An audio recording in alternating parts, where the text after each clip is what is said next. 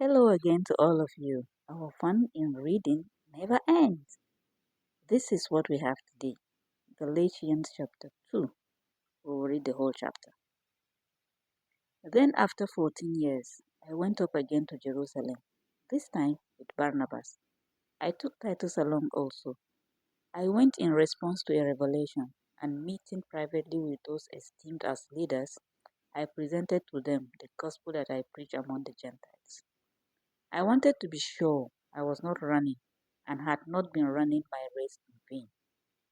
Yet not even Titus, who was with me, was compelled to be circumcised, even though he was a Greek. This matter arose because some false believers had infiltrated our ranks to spy on the freedom we have in Christ Jesus and to make us slaves. We did not give in to them for a moment, so that the truth of the gospel might be preserved for you. As for those who were held in high esteem, whatever they were makes no difference to me. God does not show favoritism. They added nothing to my message. On the contrary, they recognized that I had been entrusted with the task of preaching the gospel to the uncircumcised, just as Peter had been to the circumcised. For God, who was at work in Peter as an apostle to the circumcised, was also at work in me as an apostle to the Gentiles. James, Cephas, and John, those esteemed as pillars, gave me and Barnabas the right hand of fellowship when they recognized the grace given to me. They agreed that we should go to the Gentiles, and they to the circumcised. All they asked was that we should continue to remember the poor, the very thing I had been eager to do all along.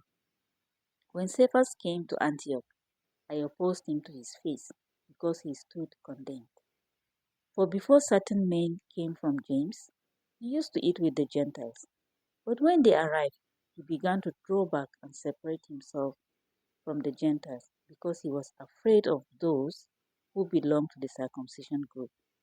The other Jews joined him in his hypocrisy, so that by their hypocrisy even Barnabas was led astray. When I saw that they were not acting in line with the truth of the gospel, I said to Cephas in front of them all, "You are a Jew, yet you live like a Gentile and not like a Jew. How is it then that you force Gentiles to follow Jewish customs?